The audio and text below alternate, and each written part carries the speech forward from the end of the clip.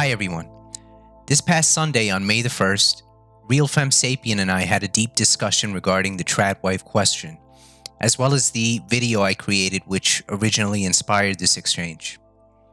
The title of our discussion was Who Hurts Modern Women More, Tradwives or Feminists? During the start of our live stream, I faced a possible DDoS attack, which made it nearly impossible for me to use the live streaming service. Within the first 15 minutes of the live stream, the audio was breaking up from Allie's end, and from my side, I was unable to hear or see Allie. Nonetheless, I'll still provide the full unedited video for you all to see what transpired. Fortunately, I ended up calling in Allie's show with my phone, and both she and I ended up having a very good discussion. Not only did we tackle whatever disagreements we had, but we ended up seeing eye to eye on a lot of the issues. And we also shared many of the same concerns. In my opinion, this discussion ended up being a big success and a step in the right direction. Many thanks to Allie for making this dialogue and exchange of views possible. In the comment section down below, I placed some timestamps just in case you'd like to navigate through the video. And also, since my phone wasn't exactly the best quality in terms of the audio, I'd recommend you use headphones or earbuds for the best experience. Or you could just turn up the volume on your phone, computer, or television. Thank you all for watching, and I hope you enjoy our discussion. Take care.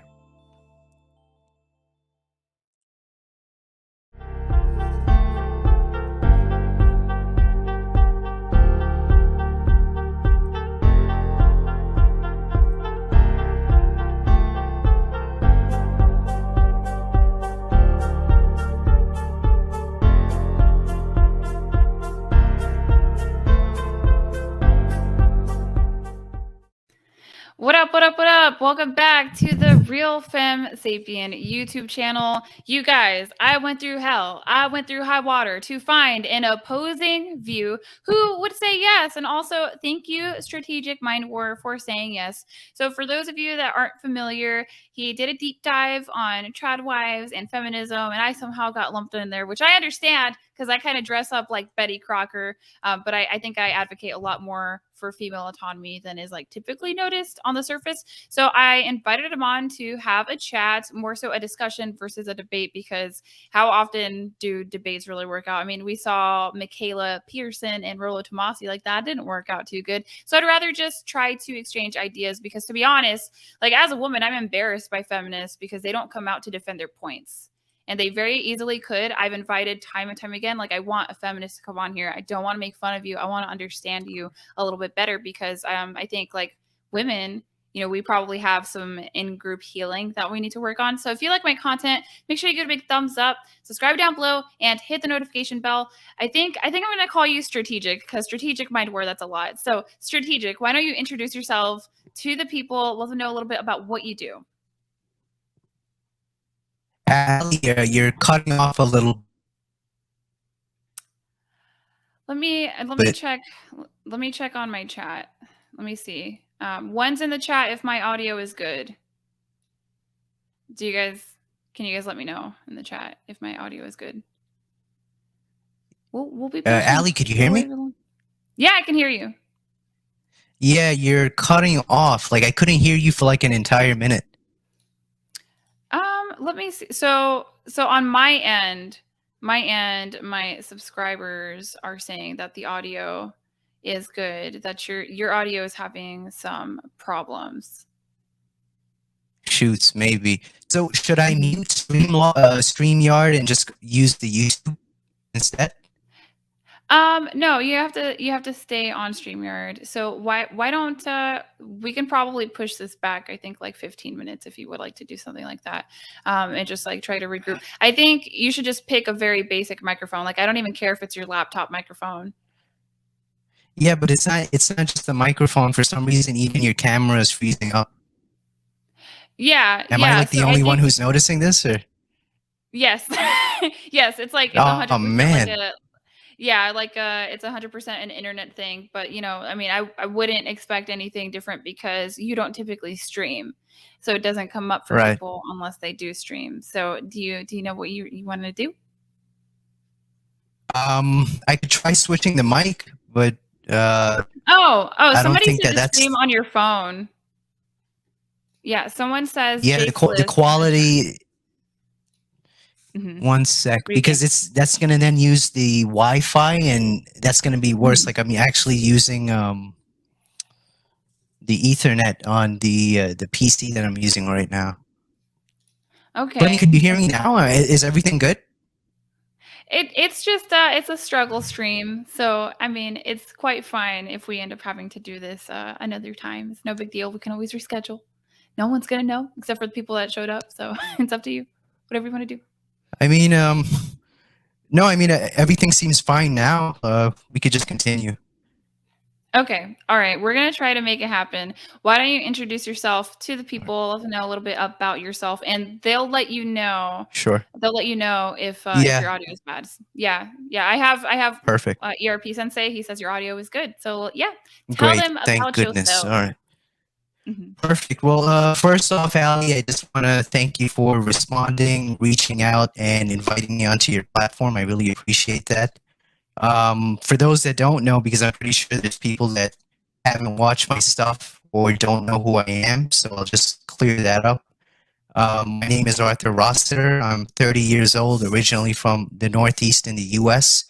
I'm a consultant for various firms, think tanks, and NGOs based in the US, Canada, and Europe. I specialize in the areas of intercultural communications, counter extremism, and strategic planning. And aside from that, I also do some ghostwriting for major publishers and also for regular individuals.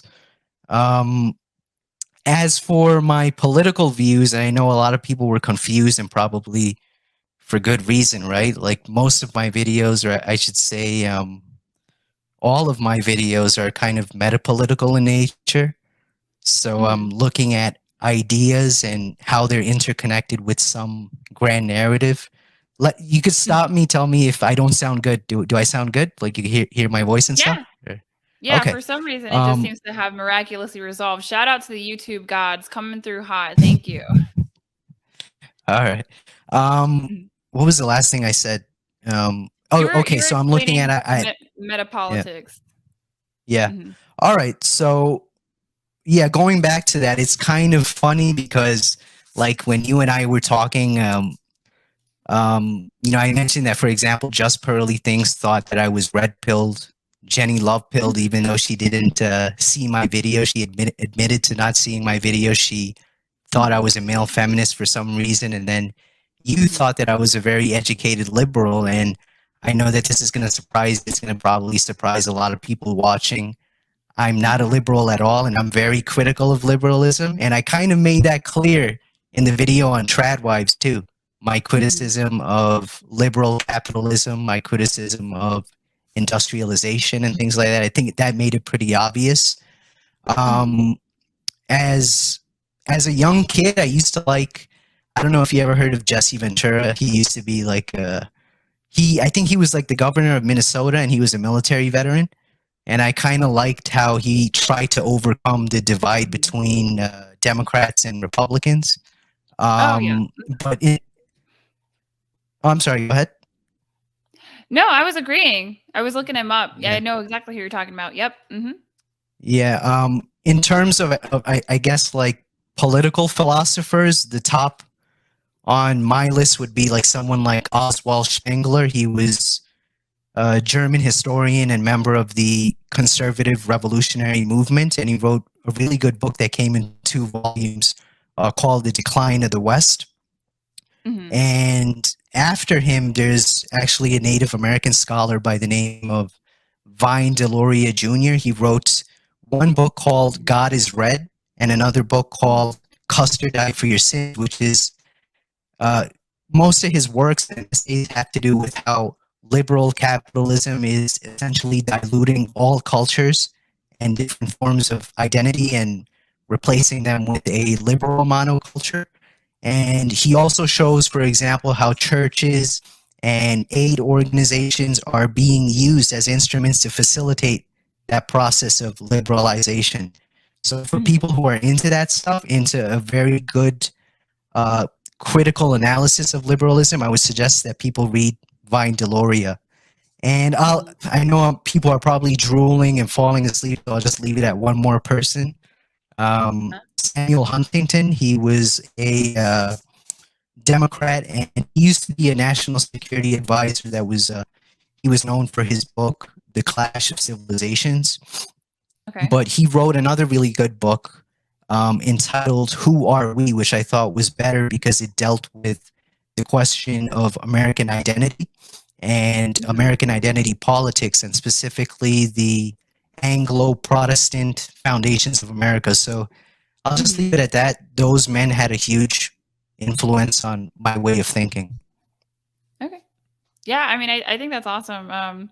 Okay, well, I guess my political leanings, my political biases. Right now, Hello? I'm center right. Yeah, I used to be center left for Oh, no. pretty. Can you hear me? Mm-hmm. So yeah, I started off being center left for a very, very long time. And then I want to say maybe about a year ago, I think I became a center right. And a lot of that just had to do with what I Allie, can you noticed hear was me? going. Yeah, I can hear you. Are you good? Yeah, we're Mm-hmm.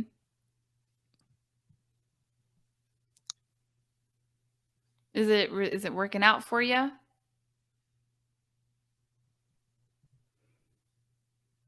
It might be time to abandon the stream, guys.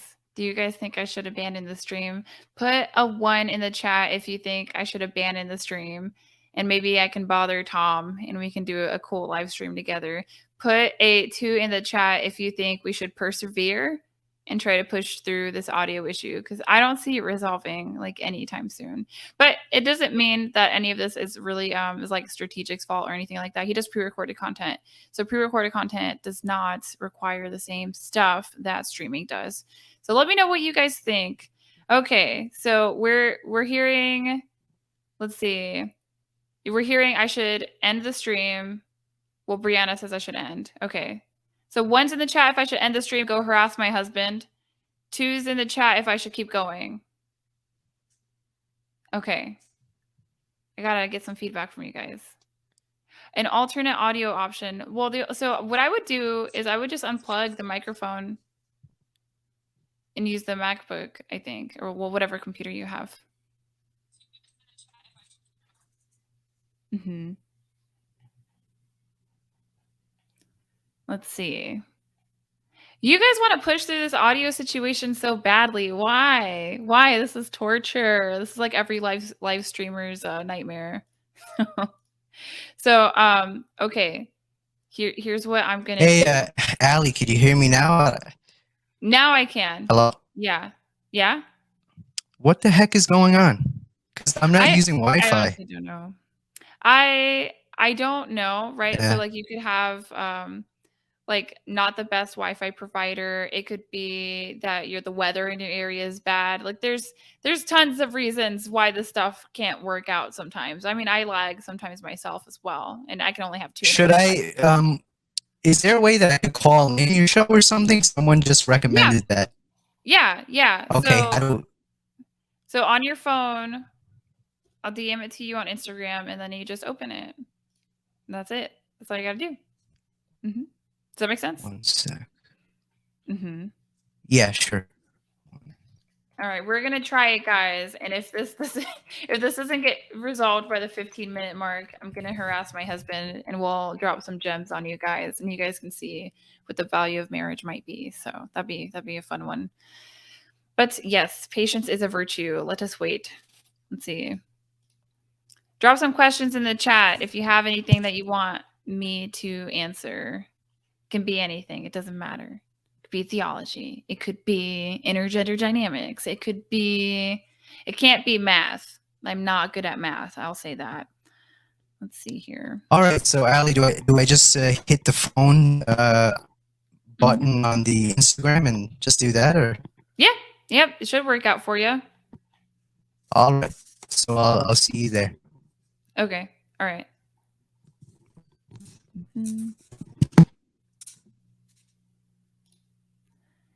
All right, so we're going to wait for that to get squared away. Let me get into my political biases, and hopefully the StreamYard gods will come through. We'll have to find out. Okay, so my biases.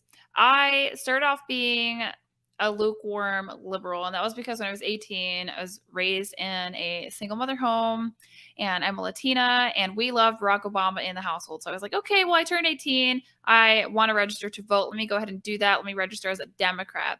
And then around, I think 2016, yes, the election that changed it all. So around 2016, I started asking a lot of deeper questions, and it ended up coming out that Hillary Clinton stole the DNC nomination from Bernie Sanders, and this was leaked, and it was true. And so I thought to myself, well, why do these people feel so entitled to my vote? And then gradually, also in my personal life, my romantic life, I ended up finding out that masculine men are attractive. And so if you look at the progressive side of things, masculinity is deemed to be toxic. So I thought even more, well, like my political leaning doesn't match my life philosophy at all. I actually felt like an imposter going along with my liberal girlfriends and agreeing with their talking points when in reality, I didn't agree with it at all. But that's not how it started to be. You'll find that some people early on in their political journey, they don't have very sincere beliefs, and then you push them on it on their logic and reasoning, and sometimes they can't give you any. So I just knew that I wasn't living an honest life. I am unregistered with either party right now. I call myself a reluctant Republican because they're the only people out here willing to, do the important things like define life. Like we should probably come up with a standard definition so that we can get through these very confusing times of, well, how far is too far when it comes to female rights and autonomy, especially when that is coupled with widespread access to hormonal birth control. So that's why I ended up switching things. And this is going to sound bad, but hey, we can be politically incorrect if we want. So what changed my mind from center left to being center right was what happened in Texas, where they had that heartbeat bill. So that is why I ended up switching sides, because it didn't align anymore. Okay, let's see. We got him calling in. All right, go ahead and say a sentence. Huh? Go ahead, say something. Yeah, could you hear me? Yeah, okay. I can hear you. Can you guys hear him? Let me get the audio up. Hello? Yeah, I can hear you, but I'm gonna see if they can hear you though. Perfect. Let's see. One's in the chat if you can hear strategic.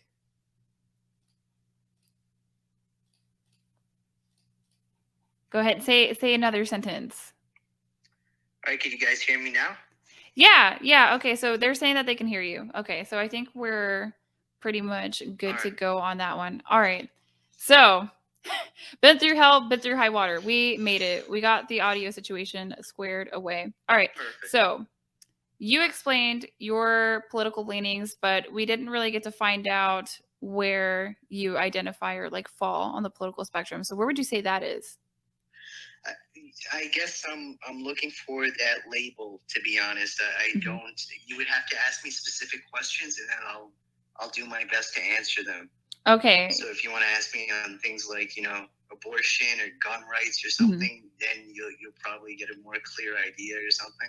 Okay, awesome. So let's Is do. that what you're looking for? Well, kind of. I mean, I think we all kind of look for political leanings just to see where our biases are. I mean, I think my channel, like, they know where I'm at. They know that I came from a lower socioeconomic status, single mother home, and I just don't think what is being promoted to minority communities is at all helpful. And it's like to the point where there are cultural differences between, I want to say, like, white Americans and then, other Americans too. And that's like without looking at poverty levels, right? So there's cultural differences. Whereas, like, if we were able to like go and have conversations instead of automatically thinking that white people are oppressors, maybe we would learn something. And that was actually my journey, being in the military and working amongst, white, masculine, conservative men that I thought were evil, and so they turned out to be lovely and wonderful. You see, it's funny that you mentioned that, because I noticed that the first thing that you mentioned when you saw my video was that you weren't buying anything that the white woman was selling. So it's kind of weird how you use the race card and you use sort of like critical race theory to try and, I guess, critique my video. And the thing is, my video wasn't really about that. Yeah. It wasn't about Margaret Sanger's racial views. It was about her views regarding natural selection, which you and Jenny Lovepill agree with. But for some reason, when I mention Margaret Sanger, then she becomes a racist white woman. You see the irony behind that? So I do and I don't, but it's probably because I didn't explain my position well. So growing up, I was basically taught to be afraid of white people. And so I thought they were, inherently bad, evil, plotting against me. And I couldn't reconcile that with my romantic preferences because I did truly enjoy, I did have that dating preference to date white men and, married to a white man right now. But here's the difference when it comes to my position about Margaret Sanger and why I don't like white feminists is that I don't think they had conversations with minority women about what we wanted out of the women's rights movement. And that's why I have a problem with it. Full stop. Yeah. She worked very closely with people like Webb Du Bois, who was a Pan-African leader. Not once did he ever accuse her of being a racist. He never accused her of trying to exterminate the Black community. And this was a major Pan-African leader in the Black community. She worked with the NAACP. The quotation that you brought up that she supposedly wanted to exterminate Jews and Blacks, that quotation is nowhere to be found. There's no book. There's no speech that she made in which she claimed that. And again, this is the anti-birth control people who fabricated that quotation. Well, I don't know that it's I don't know that it's anti-birth control. Like my position and my stance on that is that I tried to come out in academia, I want to say a couple of years ago, and I would tell them, why do you keep bringing up Margaret Sanger? I don't think that she's somebody that we should be hanging our coats on. But it was actually my Black stepfather who told me that she was a eugenicist. And there's also an instance where, She was. Yeah. But you yourself practice eugenics. You said it in a couple of your Instagram stories that there's certain people who shouldn't reproduce. So you said, for example, for every 47 women who reproduce, one man has selective pressures that make certain men unable to reproduce, which is true. That's really the basics of eugenics. Some people are going to reproduce, some people aren't. That's what Margaret Sanger argued. So I don't really see what the problem with that is. And if we're going to attack Margaret Sanger for being a racist, I think this is also another double standard among conservatives or phony conservatives. You take someone like Lincoln, for example. Hello? Barry Elder, Candace Owens, Thomas Sowell for being you can hear me? Yeah. Yeah. Okay, so Lincoln is praised by Black conservatives, left, right, and center. And they conveniently forget that Abraham Lincoln wanted to ship all Black people back to Africa during his infamous Liberia plan. Okay. And Lincoln, till the day he was killed, he worked closely with the ACS, the American Colonization Society, to ship all Black people back to Africa. And actually, he was very upset that he couldn't produce a budget big enough to make that possible. And it's very funny. We could attack Margaret Sanger for sure. She had racist views. Yeah. Well, are we then going to reject, our Constitution because, the drafters of the Constitution were bigger racists than Margaret Sanger? That's ridiculous. So, for one, I think that's contextual, right? I mean, obviously they're going to be deemed racist because they own slaves. I mean, that's a perspective to have, but that's not necessarily where I'm coming from. I'm tired of white liberals shoving Margaret Sanger down my throat as if she's a savior of brown women when she never was. She simply was not. And it's the same thing with Susan B. Anthony. Susan B. Anthony didn't care about the woman's right to vote. She cared about the white woman's right to vote. And so what my perspective, I understand that, but yeah. But, when I was in university, I never heard Margaret Sanger's name mentioned. And in fact, a lot of the leftist members in academia hated her. They despised Margaret Sanger because of her policies on eugenics, that she wanted to sterilize the low IQ, the people who were unproductive, the welfare recipients and things like that. So it's strange that in your case, that they're praising Margaret Sanger, but never in my life. When I was in college, I never heard her name mentioned. Well, I mean, that might have been your experience. So It's your stance that if I, as a woman, advocate for women to go out and pursue optimal mate selection, then that is practicing eugenics? Yeah, that's eugenics. Literally means good genes. Okay. It means the propagation of good genes. We've always practiced eugenics.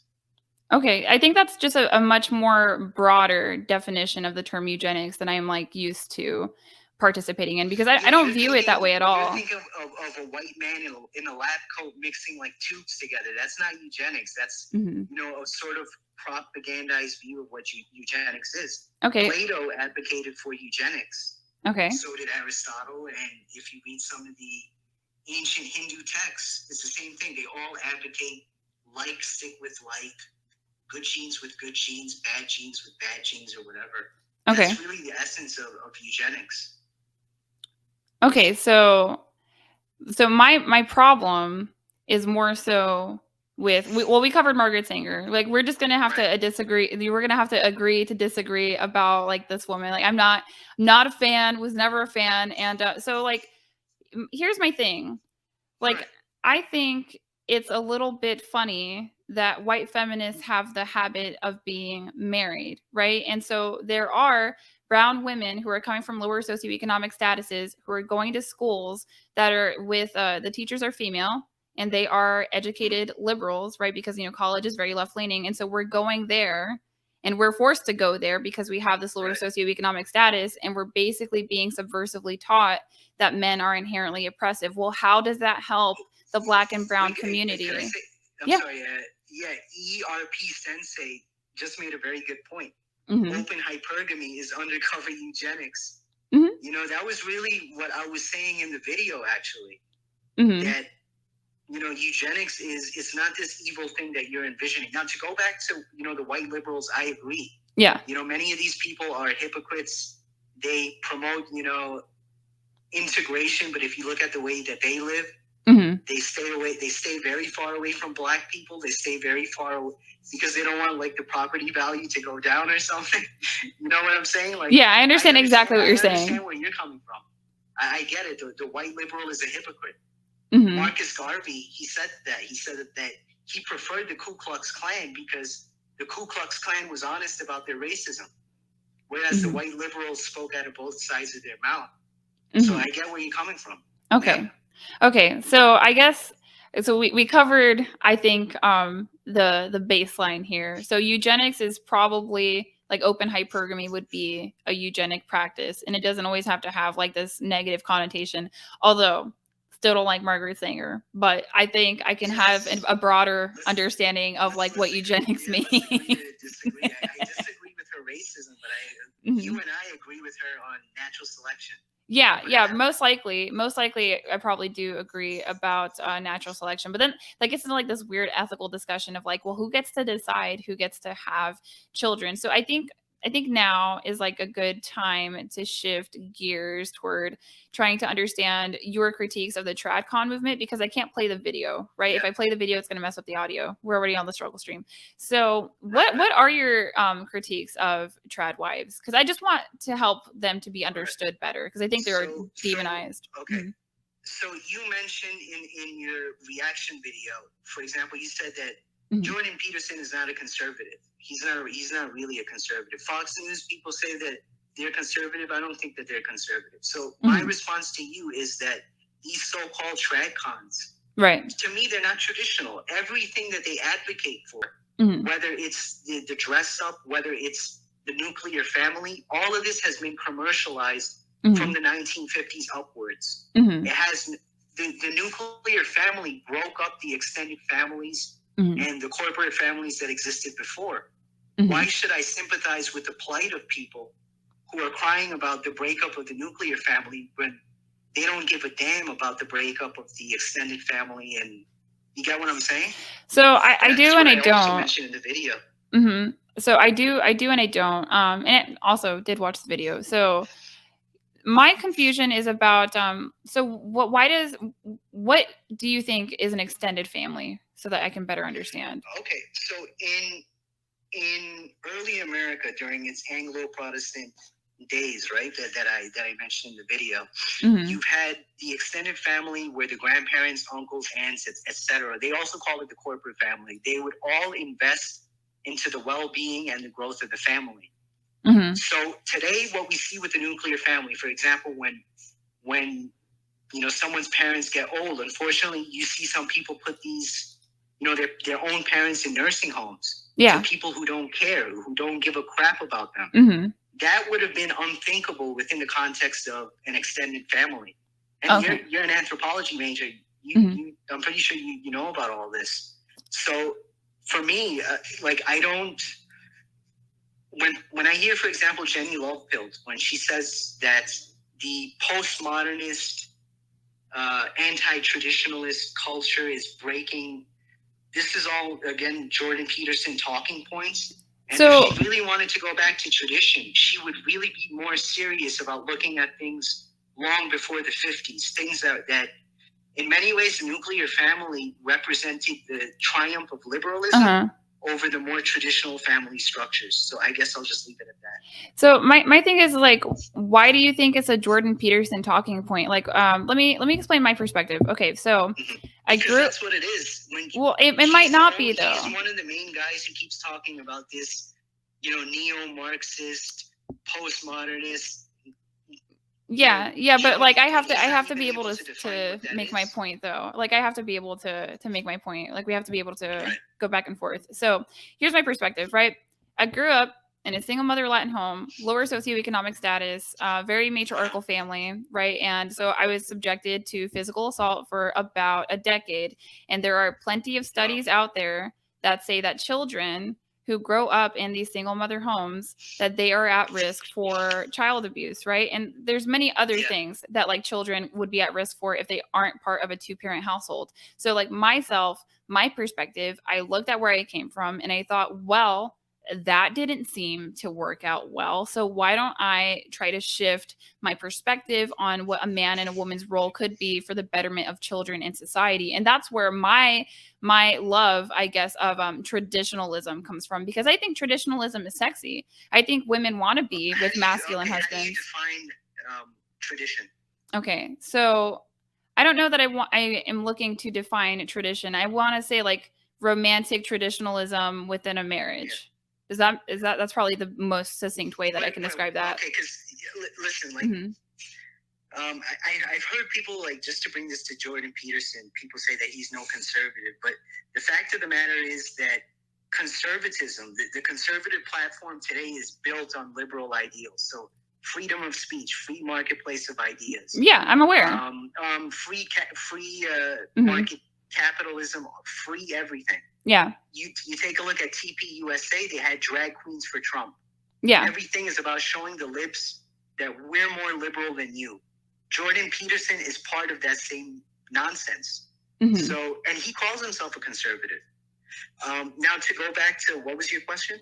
So my question is, why does it have to be a Jordan Peterson talking point? Why can't it just be that we as women have gone through individual experiences, and so we favor a traditional nuclear dynamic within a family? It might not be societally influenced. Right, this whole thing of leaving it to the individual is, again, a liberal construct, because we're not just individuals, we're part of something beyond. You're more than just Allie. You come from a community. You come from a family. You come from a particular structure. And the thing with sociology is one of the most anti-liberal social sciences, because it understands that we're part of a community. Mm-hmm. So I don't really buy this notion that of just individual experiences. There's a whole spectrum that needs to be looked at. So I agree with what you're saying is hard to disagree with. Okay. And I think I can see both sides of the same coin. At least that's, my perspective, taking the information. I would say that I'm probably a classical liberal, minus 1 point, but the left progressed so rapidly that I ended up on the conservative side of things. My thing is it is possible that Jenny grew up in the 80s and was raised by the silent generation and really liked what that dynamic was. And so that's why she promotes it. So us as women, we found something that works for us that doesn't get publicized to other women, because other women, I mean, well, most women in the West. Well, I have to be able to finish my point though. Like I have to be able to finish that.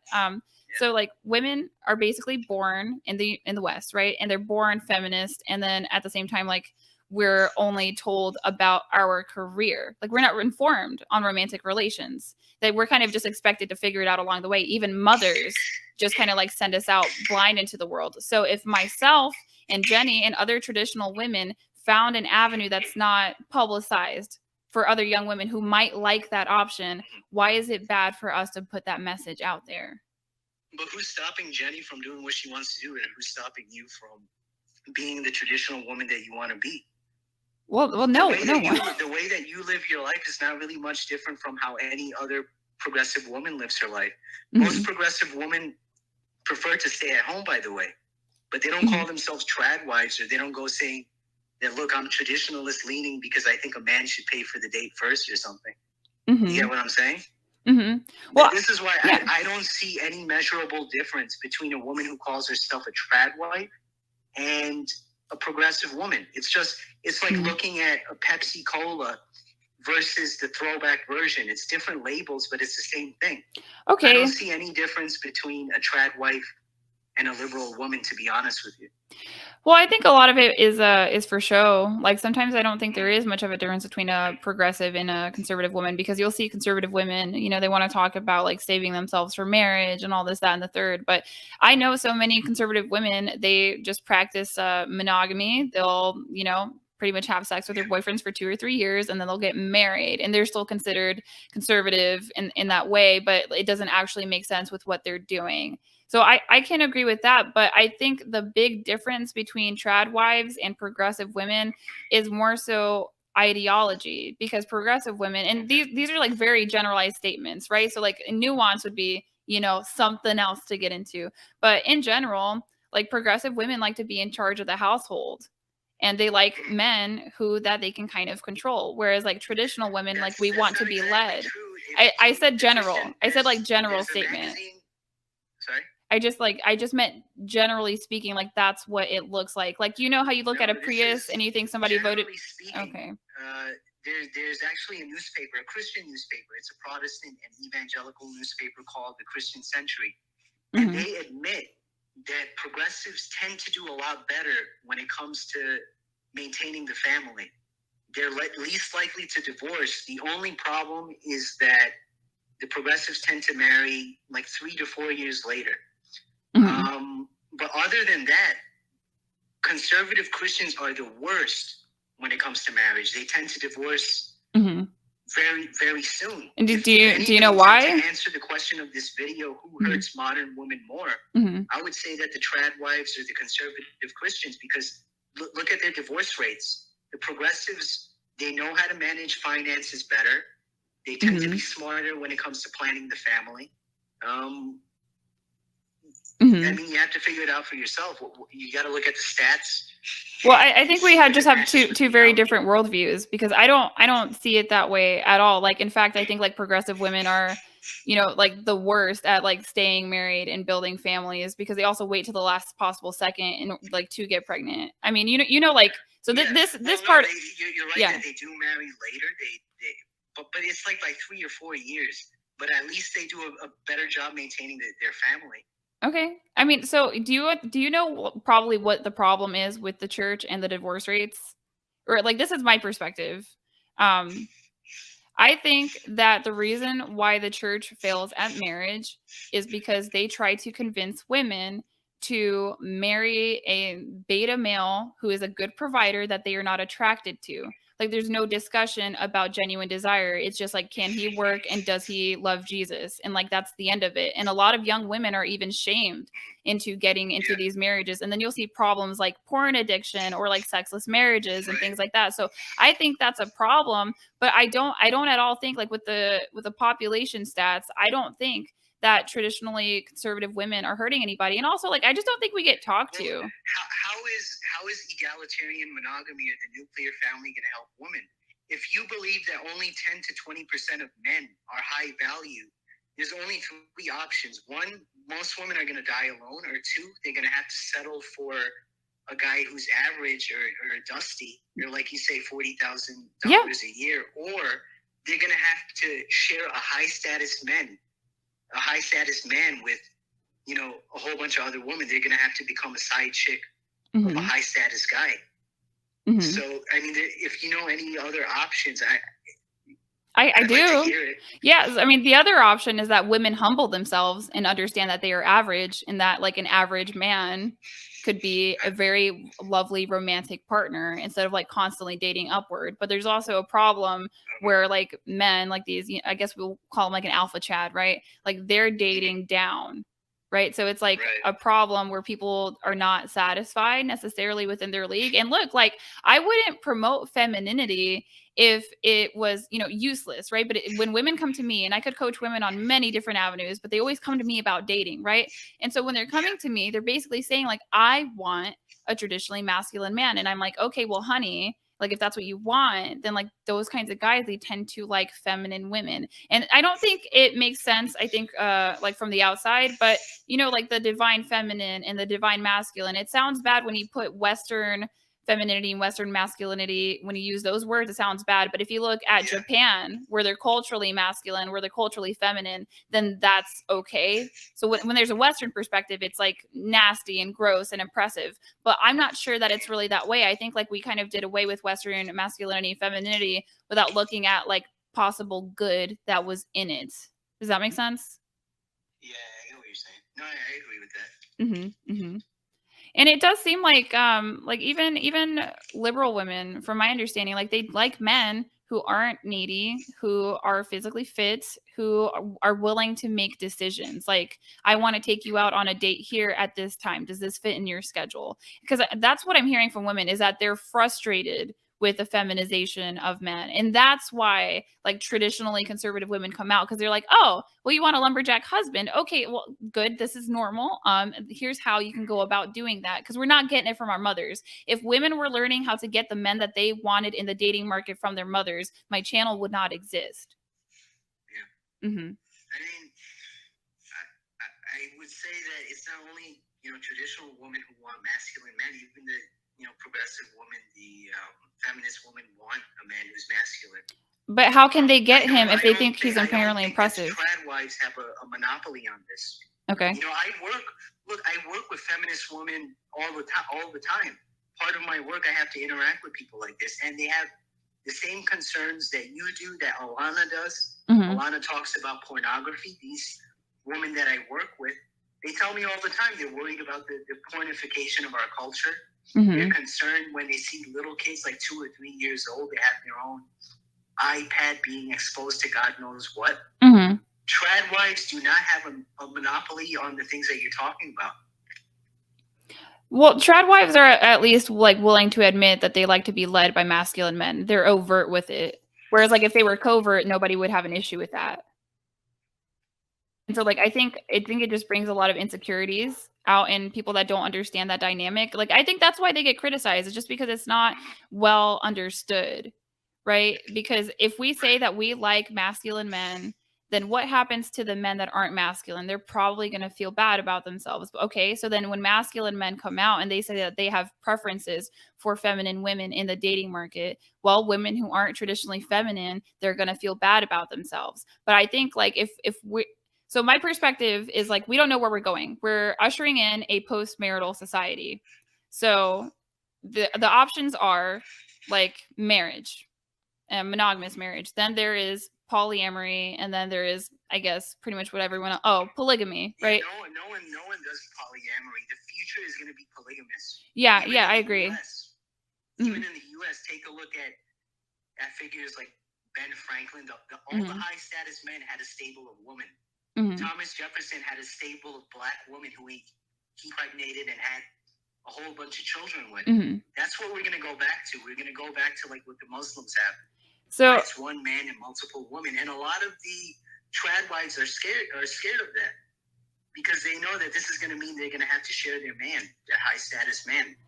And I think that we need to loosen laws regarding polygamy. I think it's stupid. Well, so I would at least feel comfortable if we were heading in one direction, but I think I got the 3 avenues wrong. Okay, so like one direction we could head into is polygamy. The other direction we could head into is monogamous marriage. And I think there's a third option, but I can't recall it right now. But like if we were all headed at one way, then at least I knew how my children were going to be raised. At least I would know how society is going. But I don't think that's like what's happening. I think we're going to have factions that are going to vary on how people decide to raise their children. I think like our society is like degrading. I think the West has fallen. Like there's no way that the United States is the best country in the world. Like that's just, it's not plausible. I mean, majority of the population is going to be coming out of India and China, possibly even Africa. So like we already done lost, right? So I'm just trying to like hold on to what I think has worked in the past, which was a household with a man and a woman, and the man was the breadwinner. And I would also like to say, like, you know what? The difference between being a housewife in 1950 and 2022 is the year. Like, it's a choice in 2022 if you want to be a stay-at-home wife, if you want to be a stay-at-home mother. Whereas in 1950, it was like prescribed for you. So I think like we have freedom to do that as women, but a lot of women are upset, like traditionally conservative women. And, you know, obviously that's a loaded term. Like we get it. The spectrum is skewed. We don't know who's what, but there's women that are like deeply offended and hurt by a lot of feminist perspectives and the way that they're painted or caricatured, you know, like these women are, you know, saying that basically it's a kink. And I know plenty of women who just prefer to have a man leading them financially in the household, and they also just like taking his direction. And so, like, why does that have to become perverted? Why can't it be respected as another avenue for women? I don't think that that's looked down upon it. I mean, maybe the culture has become, I think, more liberal, but I don't think that most people look down on this idea of having a masculine man or a feminine woman. I don't see it the way that you do. Yeah, but I think that just comes from like me being a vocal conservative, because I've had people come at me like many times where people say that I'm like a gold digger, I'm lazy. I'm also, you know, in an age gap relationship, but that's what makes me upset about feminists, right? Is that they won't even have conversations with conservative women, but they'll make entire Reddit forums that make fun of us. But then if we come out and we say, well, you know, we don't think termination of pregnancy is okay, then like they just lose their minds. Like I actually think a lot of liberals are more rude than they realize. I think at least when the right is rude, they know it and they're okay with it. But when the left is rude, it's like it goes absolutely over their head. Like I've been patronized many times for being a Latina and also being a conservative. Like people think that I hate women, or I'm trying to, I don't know, send them back to a place where they didn't have autonomy. But that's not my message at all. My message is, you know, as a woman and as a Western woman, you're expected to cook, clean, raise children, have a libido, stay fit, and work. I think that's a lot. And I think that there are women out there who could find like an ounce of peace through being married to a masculine man who can alleviate some of that stress. And so if these women want to check out of the workplace and focus on their family while they're in their fertile window, like I think that's a really good thing. I don't think anything is stopping, because like I said before earlier in the discussion, most of the progressive women are choosing to, you know, stay home and raise the kids. It's not just the traditionalist type women that are that are doing stuff like this, or they're not the only ones that desire that. Yeah, well, I don't think progressive women are out like forthcoming with it. So, but here's the thing though, is that there is something that is standing in the way of women making that decision, and it's propaganda. Like I know women who their man makes enough money, they hate their job, they feel like they have to work, and so they continue to work because they haven't even had the idea or conception of thought that they could stay home. Like that's a problem. Like we have women who are living on autopilot in the workforce who haven't entertained alternate pathways that could make them happier. Yeah. That's pretty much my perspective on it. What other critiques do you think you have of the Tradwife movement? I'm happy to dissect. I think I pretty much summed it up.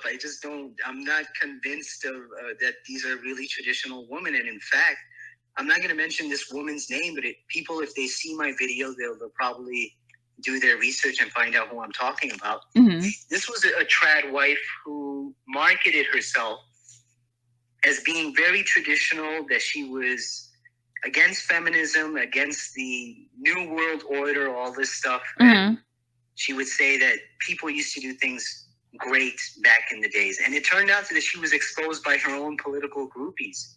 That she had her baby out of wedlock, and the father is nowhere to be found. He's not there raising the kid. That's traditional? No, it's not. You know, that's hypocrisy.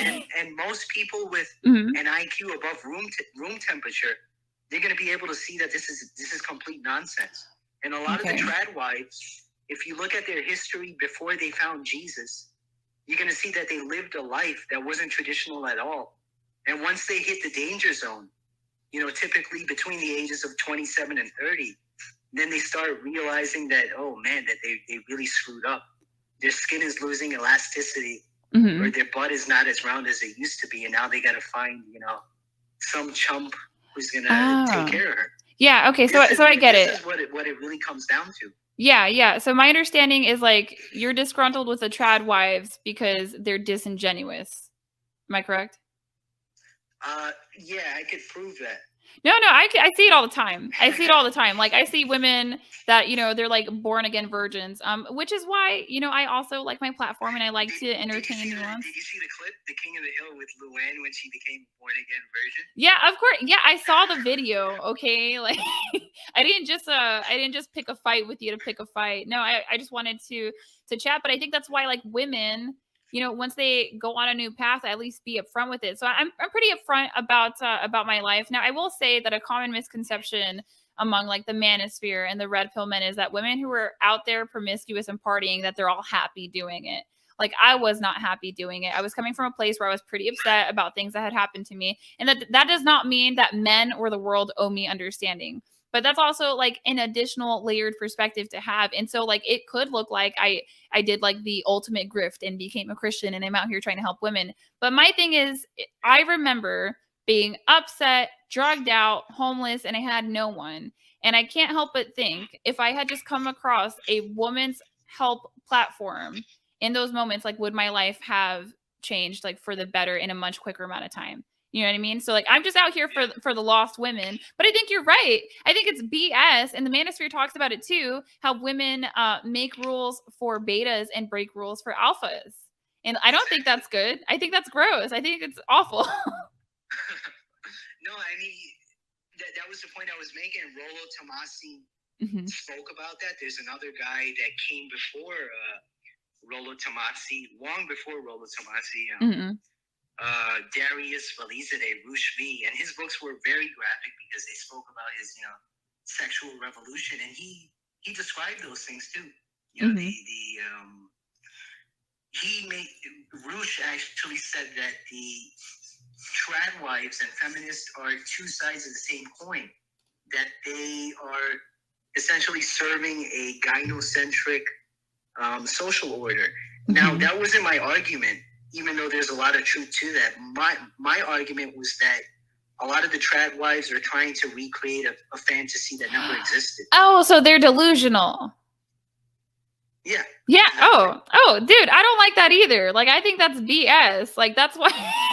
Oh my gosh, we agree on so much. My only thing about it is that I don't like the female bullying that goes on between feminists and tradwives. Like, I think it's disgusting. I don't think they're helping each other. What I think women could do and what I think women should do is have conversations with one another. Because if we're like these autonomous adult women who are like capable of doing whatever we want, well, then why don't we do that? Like, why do we have to rely on men for discourse? I don't like that. I would like to change that. But, you know, maybe you can help me try to find a feminist woman to talk to. We'll have to see. Yeah. So I think we got to the bottom of the situation. So strategic critique is that these tradwives are upholding a fantasy that wasn't real. And that's true. Like, people think that the marriage rates from the 1950s to the 1970s were this amazing thing. But in reality, like, you could get tired of your wife and just move across the country and you never got divorced. So like, you need to look at cohabitation when you look at old marriage statistics.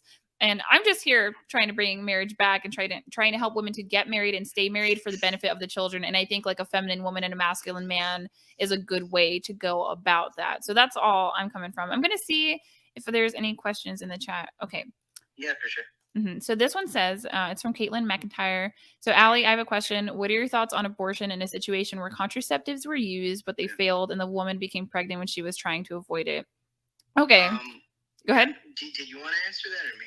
Oh, I mean, so we'll both answer. You go first. All right. I know this is going to upset people, but I'm very pro-choice. And I think that if you look at most of the women that are getting abortions, these are low-status women. 50% of abortions are performed on women who live below the line of poverty. 75% live either at or below the line of poverty. 50% already had an abortion. And most of these women are drug addicts and alcoholics. I don't think that women like that should be having kids. This is idiocy for anyone who thinks that people like that should be bringing kids into that kind of world. Oh my gosh. Born drug addicted. Yeah. And things like that. I can't understand that. I'm just like, you blew I'm like, am I about to walk away from this discussion understanding a different perspective on eugenics? Okay. So my perspective on abortion, a situation where contraceptives were used and failed. You know what? Life doesn't care if you're on birth control sometimes. And we keep selling women this fantasy, like the 99.9% effective birth control. Yeah, but we all know somebody who got pregnant on it or they didn't get the dose right. So like we should probably start vetting the people that we have sex with to begin with. But you know, I do take a philosophical, not a religious perspective, a philosophical perspective that all human life matters. And I'm not talking about human cancer cells. Like that's semantics for a different time. But so no, I don't think that that kind of child should be terminated. The way that I would put it, because you were in the military. Yeah. The Department of Defense, they got war manuals. And if you look under the section of like proportionality and attacks, it would state that the taking of life, even if it means resulting in collateral damage, is not only necessary, but obligatory to prevent greater evil. And I see abortions in a very similar way. I think it's about sort of like a balancing force. I think that it could do some good. It could prevent bigger evil from happening. It's like, I don't know if you remember Bernie Getz. Do you remember the subway gunman?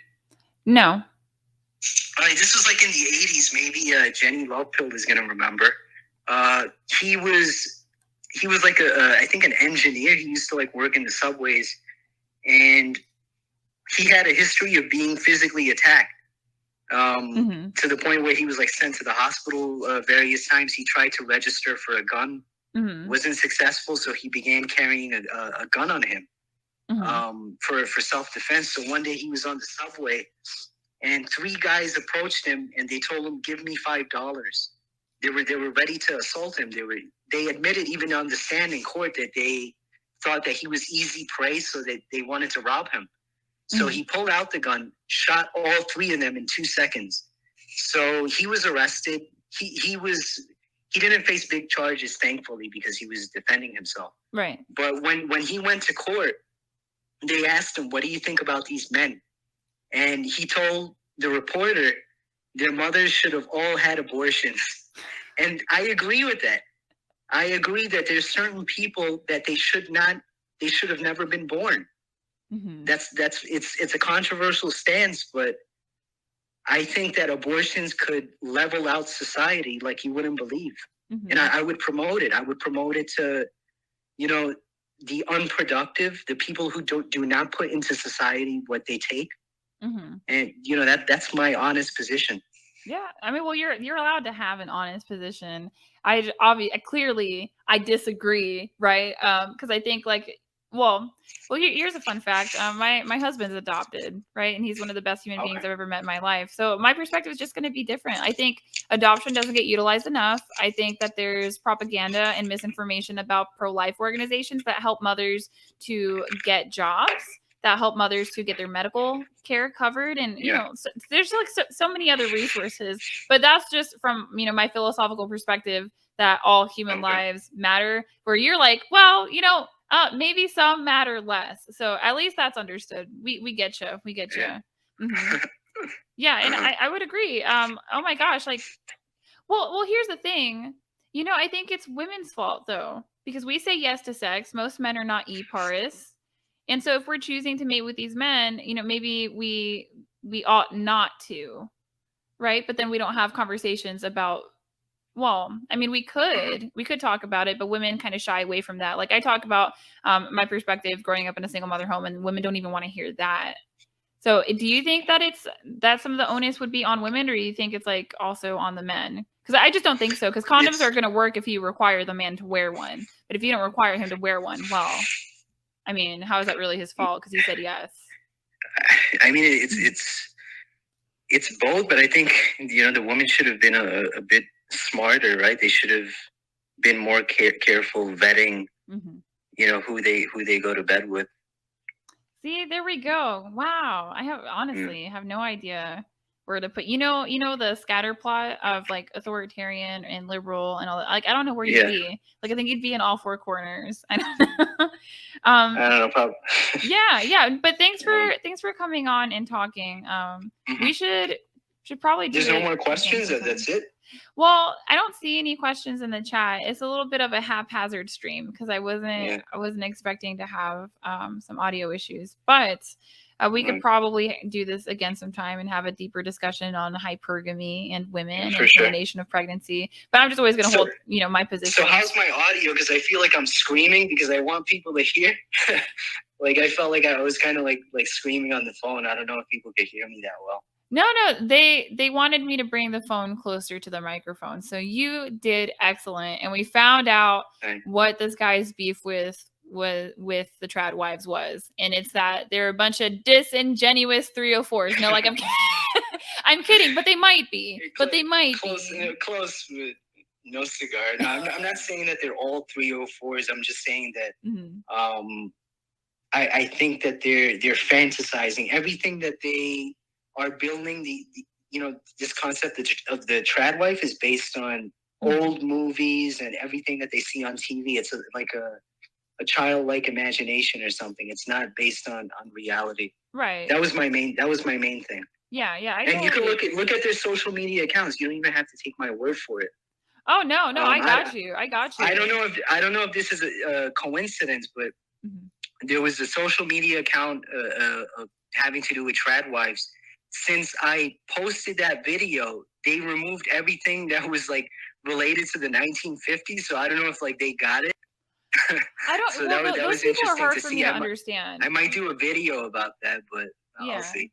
Well, those women are hard for me to understand because a lot of what they say doesn't make sense. Like you're not a real traditional wife if you work from home, if you're making money outside of your man's income. Right? They're essentially extremists. Now, I don't think it's that big of a threat to women, but I have seen, so I knew a woman, she married a guy off of Twitter, high value man. She was 18 years old and she just wanted a traditional dynamic, didn't think about anything else. And then she ends up pregnant with his child and it's like this whole international thing. And she basically comes to the United States and she's trying to get advice from me. And I'm like, I can't help you, but women also need to exercise discernment and stop getting radicalized by TikTok and Instagram.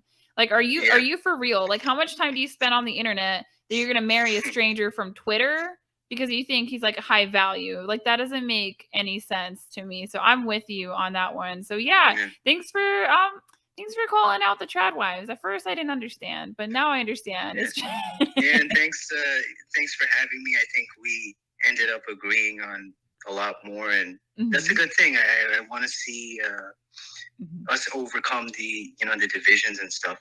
Yeah. Let me know if you come across any feminist women who are willing to come on the platform. They will be sponsored. Sure. There will be money, so you let me know. All right. No See problem. You next time. Bye. Take care, Allie. Yeah, you too. All right. We did it, guys. I found an opposing view. I tried to have a debate. There were tech issues, but you guys were dedicated to the craft. So if you like my content, make sure you give it a big thumbs up, subscribe down below, and hit the notification bell. I don't know if I'm going to leave this video up. I think what I'm going to do is I'm going to private it, and then I'm going to clip it so that we can get through all the shenanigans that went on, and then we can have like a cohesive discussion that's normal and well measured. So thank you for coming and have an amazing evening. I will still harass my husband to hop on a live stream.